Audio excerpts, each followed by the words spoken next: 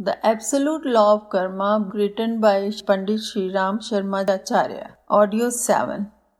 For evolutionary soul growth, it is the duty of each enlightened man, a soul, to work for the progress of other person who are at a lower stages of soul growth and encourage them to work for their own upliftment. Wickedness will always be there in this world.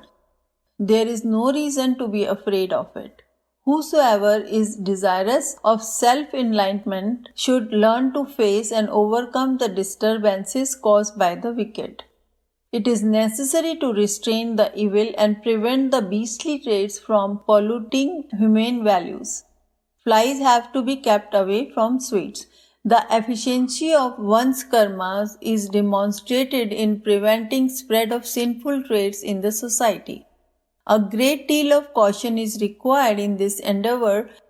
It is like walking on the razor's edge. It is truly a yoke, the skill in works equanimity in the face of all provocations. What should be our course of action in this world to eliminate evil? The sun sets an example worth emulating. It lies dispels the darkness. It heats from the clouds, and clouds bring down rain and cools the heat.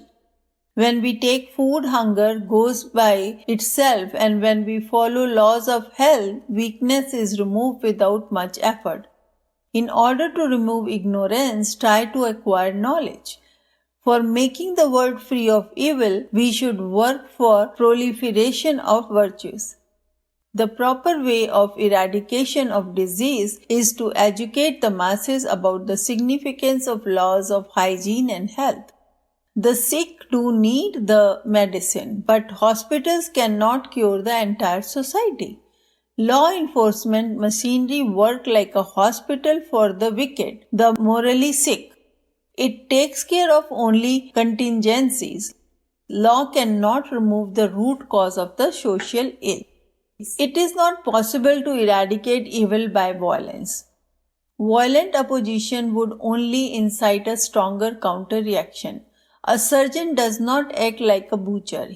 He makes a precise incision. Instead of direct confrontation, blabbing, showing resentment, expressing helplessness, follow the positive path of forgiveness, reformation, and love. According to philosophers, a word of love creates much greater impact than a blow on the head. Everyone has more or less goodness in him. Make an effort to identify your own virtues and make them more effective in life.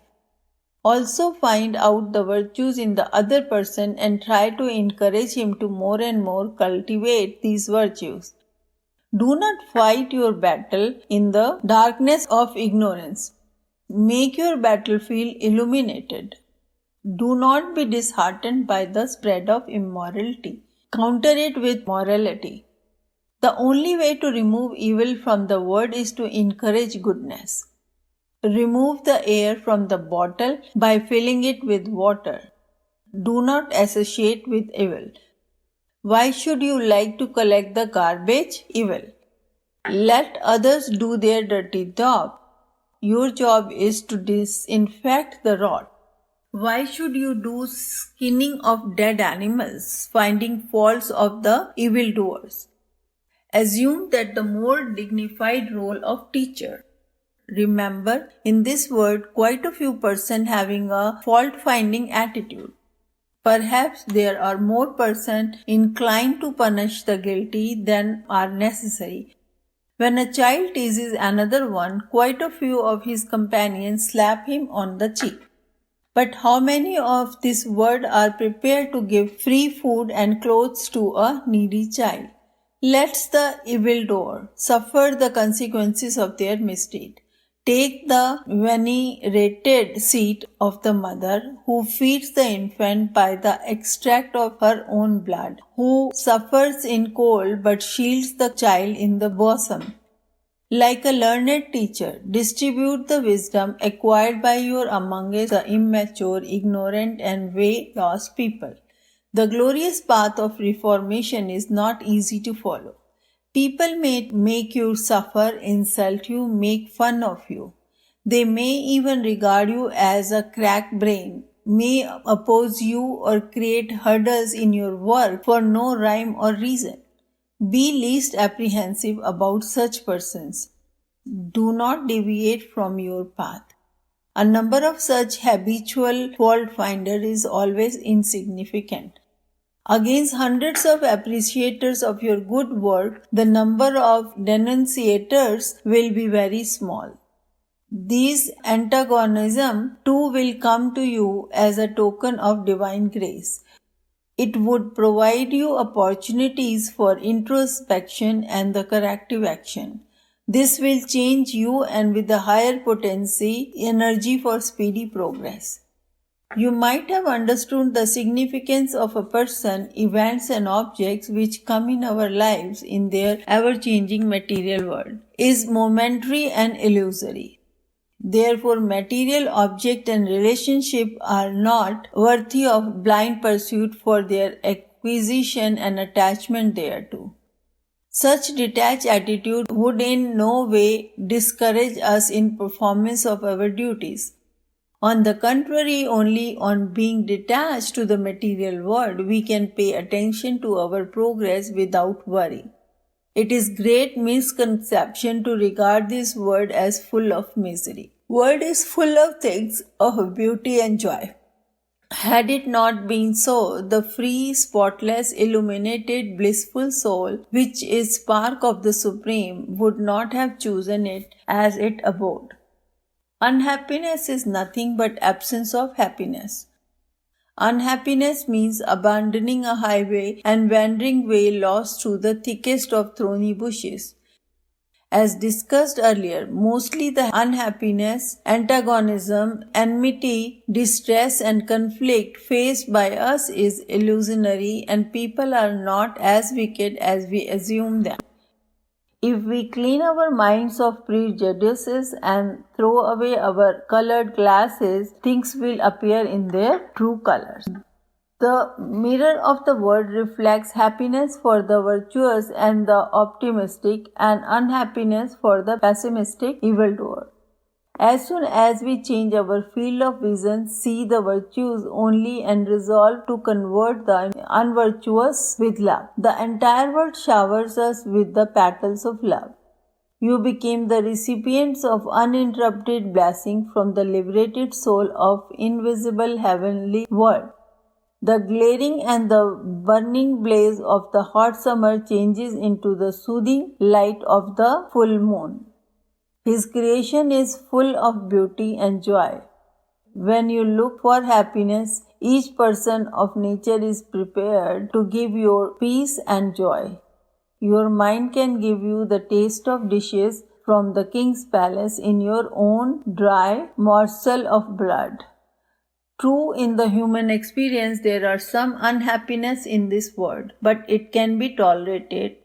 It underscores the importance of happiness. Whichever is wicked is meant to test your endurance and accelerate the pace of your self-evolution. Without a system of examination, how could one differentiate between a learned person and a rustic illiterate? In a nutshell, being insert, this material world is incapable of giving us pleasure or pain. The world is a mirror reflecting the beauty and ugliness of your own mind.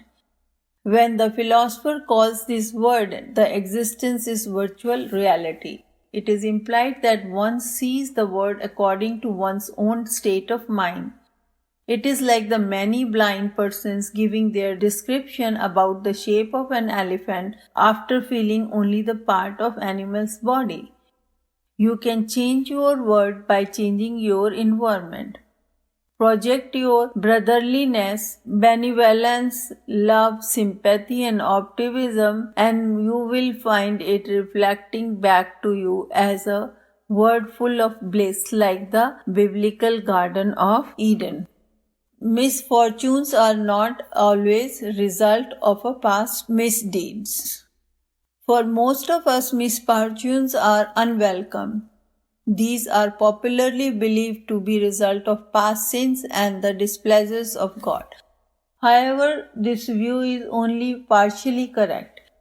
It is true that one of the reasons for unhappiness is past sins, but all unhappy events do not necessarily have their root in the past misdeed. It may appear paradoxical that at times misfortunes also befall us because of the grace of the God and accumulation of past virtues. Unhappiness may also be felt while undergoing hardship in the course of virtuous activities.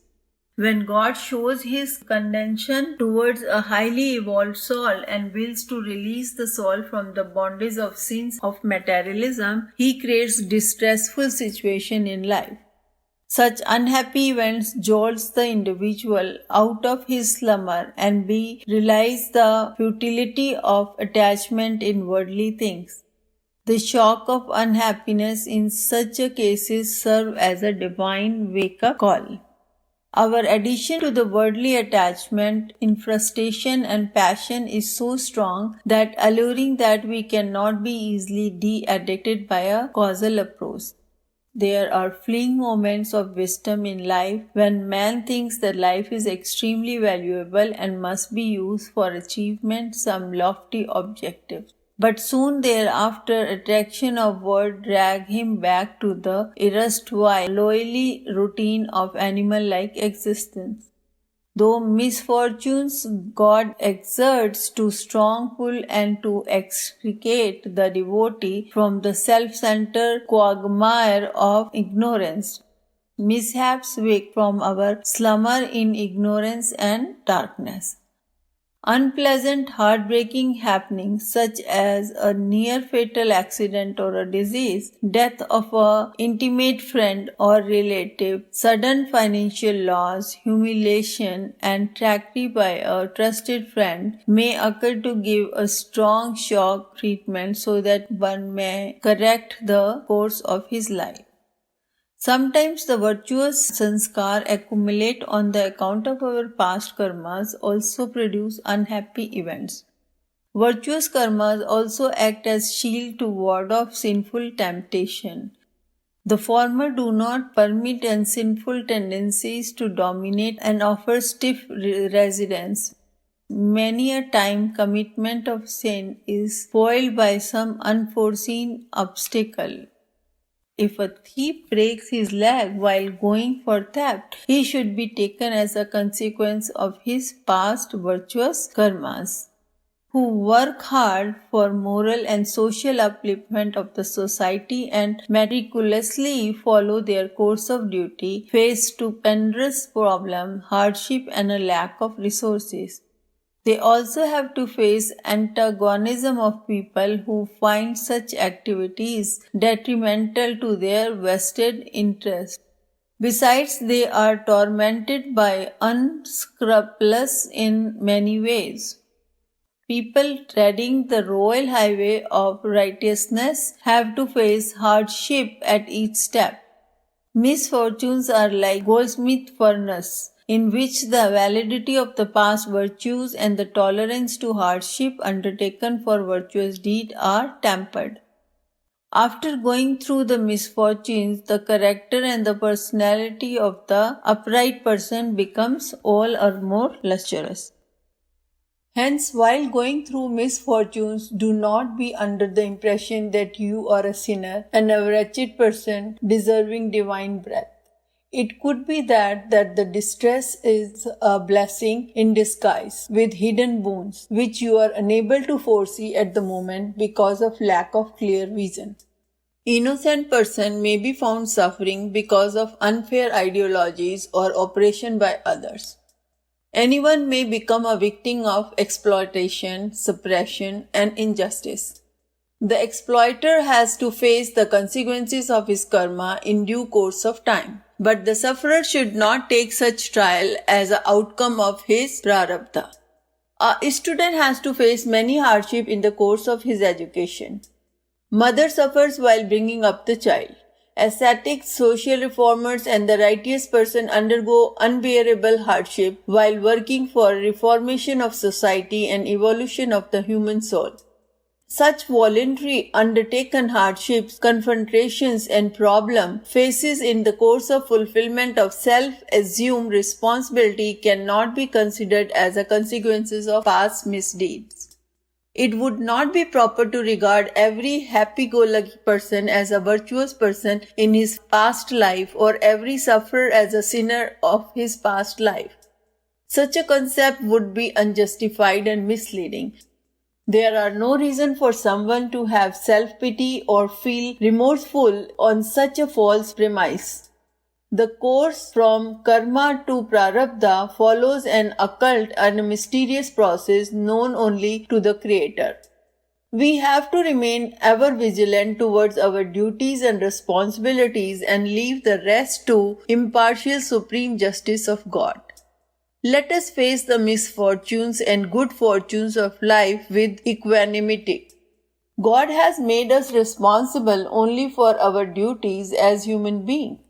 There could be many reasons for success, failures, and happiness, unhappiness. Only the Creator knows their purpose of His absolute wisdom. Let us entirely offer ourselves to the Divine to be used for the free and unobstructed flow of His will through us.